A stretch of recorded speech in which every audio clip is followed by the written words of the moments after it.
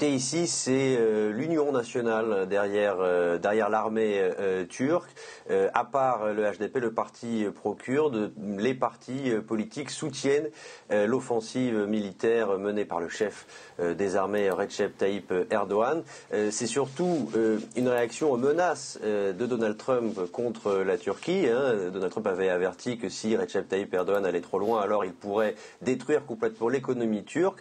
Eh bien, c'est cette menace qui a fait réagir la classe politique et un consensus s'est créé. Il faut montrer à Washington en particulier et au monde en général qu'en ce qui concerne la sécurité nationale de la Turquie, eh bien, le pays ne se laisse dicter sa conduite par personne. Il y a donc un consensus, je vous le disais, à part donc le parti pro-kurde qui s'inquiète des possibles exactions qui seront menées, d'après ce parti, contre les minorités dans la région et qui s'inquiète aussi de l'implantation sur le territoire, de l'installation de populations arabes, parmi les réfugiés syriens très nombreux, près de 4 millions qui vivent aujourd'hui en Turquie, dans la région. D'après le HDP, il n'est pas le seul à le dire, eh bien, cette installation de populations pas nécessairement originaires de cette région pourrait avoir un impact très négatif pour la démographie locale.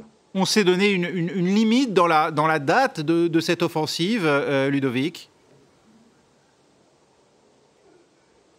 Dans la date, non.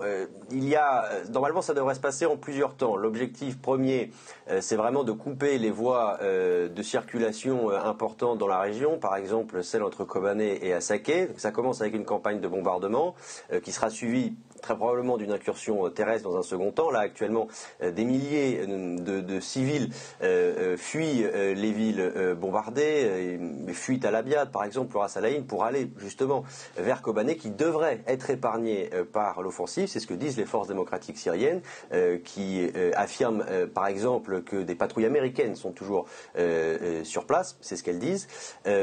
D'abord, donc, il s'agit d'aller dans une profondeur de 5 à 15 km. On verra le temps que ça prend pour vraiment construire cette zone de sécurité, ce corridor de la paix qui devrait, selon le souhait d'Ankara, se délimiter à une profondeur de 30 km sur cette bande de territoire à l'est de l'Euphrate, à la frontière turco-syrienne.